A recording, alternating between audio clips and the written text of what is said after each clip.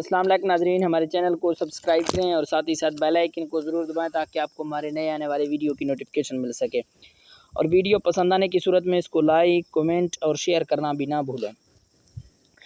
وہ درے تک گیا، یہی راستہ تھا جہاں سے قافلے اور دستے گزرا کرتے تھے، اور وہ جہاں سے پہلے بھی گزرا تھا، لیکن اس نے اس درے کو اس نگاہ سے کبھی نہیں دیکھا تھا جس نگاہ سے آج دیکھ رہا تھا۔ اس نے اس درے کو دائیں بائیں والی بلندیوں پر جا کر دیکھا، نیچے آیا، چٹانوں کے پیچھے گیا اور گھوڑوں کو چھپانے کی ایسی جگہوں کو دیکھا جہاں سے وہ اشارہ ملتے ہی فوراً نکل آئیں اور مسلمانوں پر بے خبری میں ٹوٹ پڑیں۔ اور وہ مارچ کے آخری دن تھے، موسم ابھی سرد تھا، مگر خالد کا اور اس کے گھوڑوں کا پسینہ بہہ رہا تھا۔ اس نے گھات کا علاقہ منتخب کر لیا اور اپنے دستے کو کئی حصوں میں تقسیم کر کے گھوڑوں کو درے کے علاقے میں چھپا دیا۔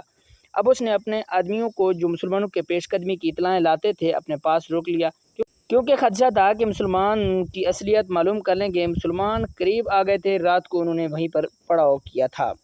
اگلی صبح جب نماز فجر کے بعد مسلمان کوچ کی تیاری کر رہے تھے، ایک آدمی رسول کریم صلی اللہ علیہ وسلم کے پاس آیا۔ تمہاری حالت بتا رہی ہے کہ تم دوڑتے ہوئے آئے ہو، رسول اللہ صلی اللہ علیہ وسلم نے کہا، اور تم اچھی خبر بھی نہیں لائے ہو۔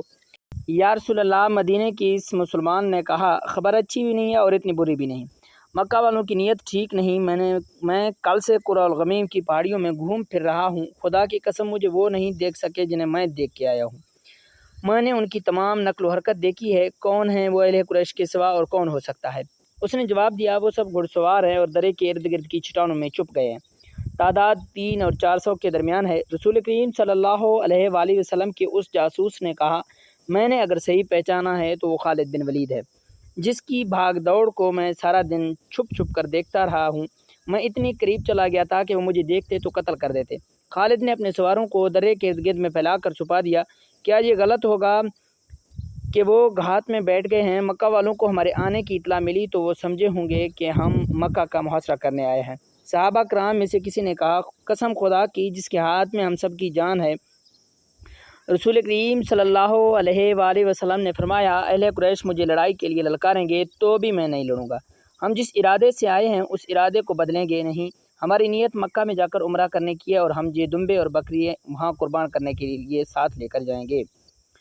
میں اپنے نیت میں تبدیلی کر کے خدائے ذوالجلال کو ناراض نہیں کروں گا۔ ہم خون خرابہ کرنے نہیں آئے ہیں بلکہ عمرہ کرنے آئے ہیں۔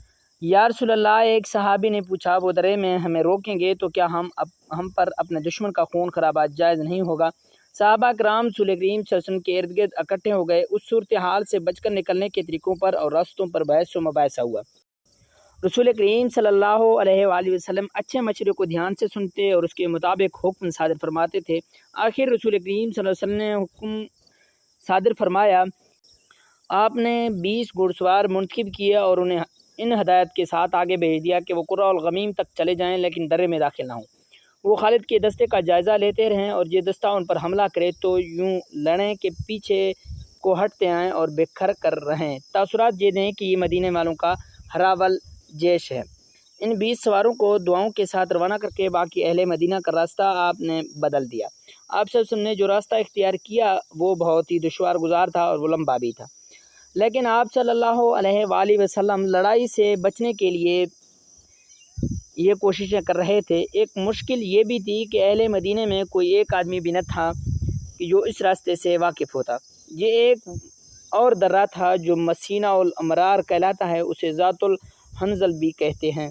رسول کریم صلی اللہ علیہ وآلہ وسلم اپنے ساتھیوں کے ساتھ اس درے میں داخل ہو گئے اور سلسلہ کوہ کے ایسے راستے سے گزرے جہاں سے کوئی نہیں گزرا کرتا تھا۔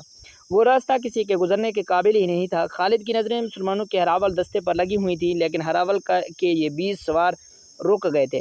کبھی ان کے 2-3 سوار درے تک آتے اور ادھر ادھر دیکھ کر واپس چلے جاتے۔ اگر وہ 20 کے 20 سوار درے میں آ بھی جاتے تو خالد انہیں گزر جانے دیتا، کیونکہ اس کا اصل شکار تو پیچھے آ رہا تھا۔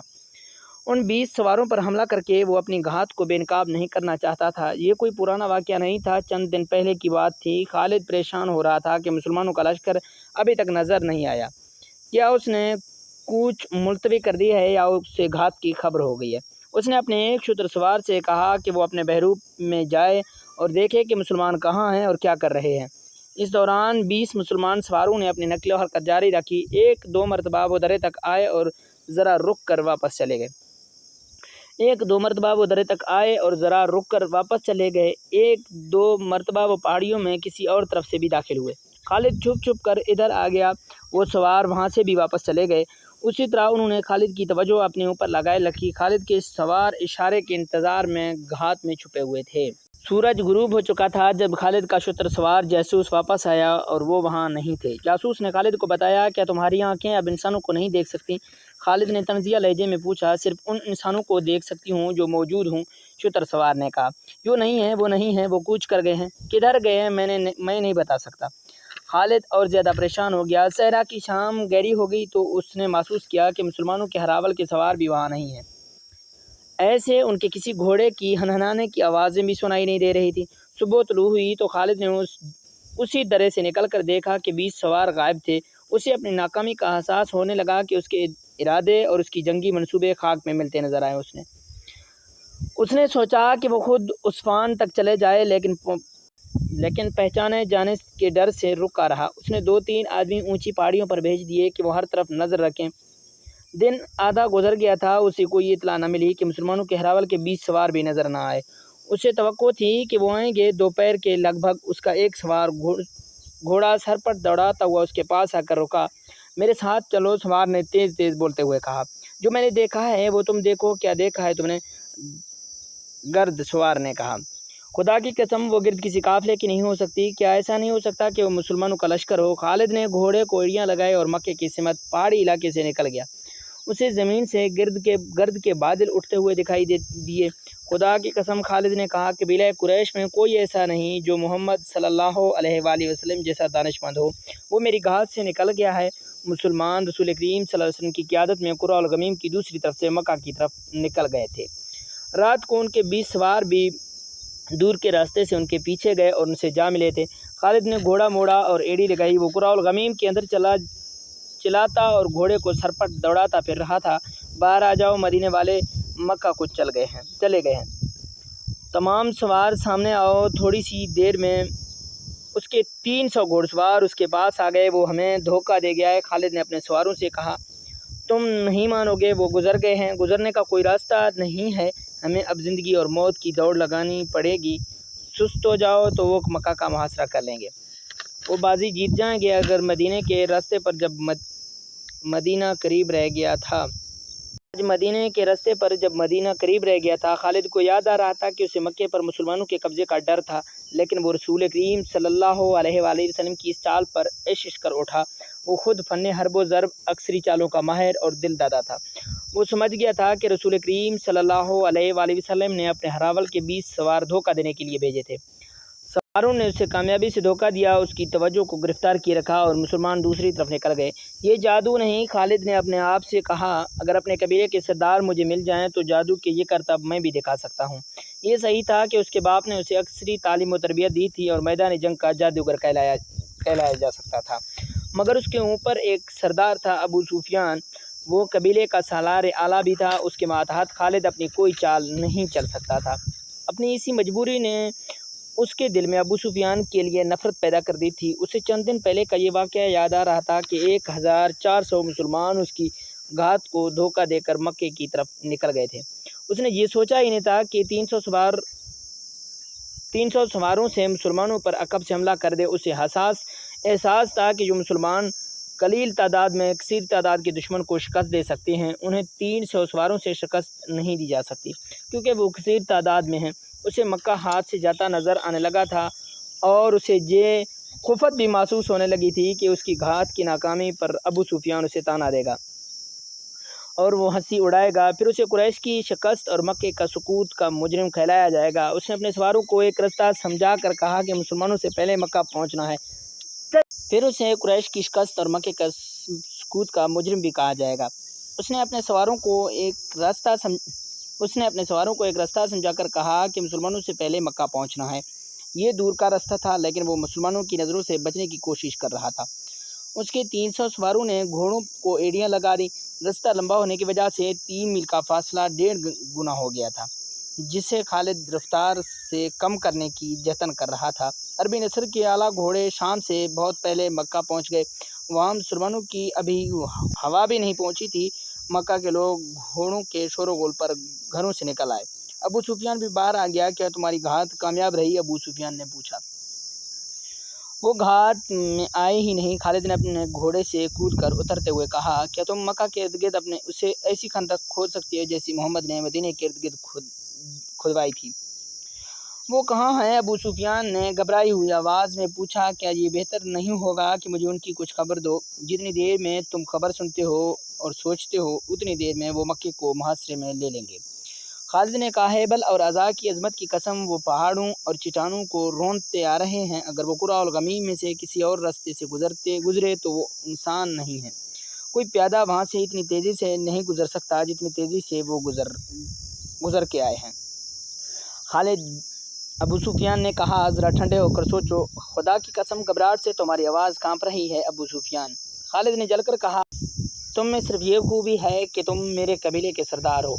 मैं तुम्हें ये बता रहा हूँ कि उनके लिए मक्के की ईंट से ईंट बजा देना कोई मुश्किल नहीं। खालिद ने देखा कि उसके दो साथी सालार, उकरामा और सफ़वान करीब ही खड़े थे। खालिद ने उनसे कहा कि आज भूल जाओ कि तुम्हारा सरदार कौन है, सिर्फ ये याद रखो कि मक्का पर तूफ़ान आ रहा है। अपनी आन को बचाओ, जहाँ खड़े एक दूसरे का मुंह न देखो। अपने शहर को बचाओ, अपने देवताओं को बचाओ। सारे शहर में भगदड़ बर्पा हो गई थी। लड़ने वाले लोग बुर्चियाँ, तलवारें और तीर कमान उठाए मक्के के दिफा को निकल आए। औरतों और बच्चों को ऐसे बड़े मकानों में मुंतकिल किया जाने लगा कि जो किलों जैसे थे। जवान औरतें भी लड़ने के लिए तैयार हो गईं। ये उनके शहर और जानो माल का ही नहीं, उनके मज़हब का मसला था। ये दो नज़रियों की टक्कर थी, लेकिन खालिद उसे अपनी ज़ाती वक़ार का और अपनी ख़ानदानी वक़ार का भी मसला समझता था। उसका ख़ानदान जंगो जतल के लिए मशहूर था। उसके बाप को लोग अक्सर कायद कहा करते थे।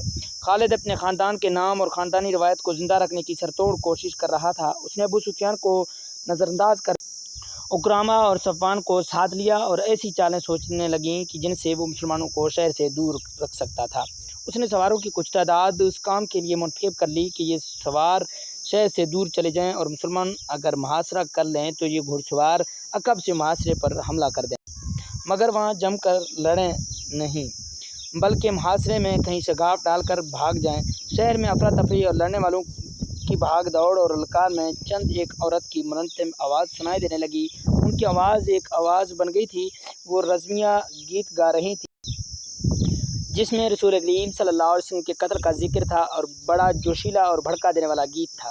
ये औरतें गलियों में ये गीत गाते फिर रही थीं। मसल्लार शत्र सवारों को मदीने की तरफ से आने वाले रास्ते पर लगा दिया गया। वो मुसलमानों की पेशकदमी की खबरें पीछे पहुंचाते रहें। औरतें ऊंचे मकानों की छतों पर चढ़कर मदीने की तरफ देख रही थीं कि सूरज उफ़क़ में उतरता जा रहा था। सहरा की शफ़क़ बड़ी दिलफरेब हुआ करती थी, मगर इस शाम मक्का वालों को शफ़क़ में लहू के रंग दिखाई दे रहे थे।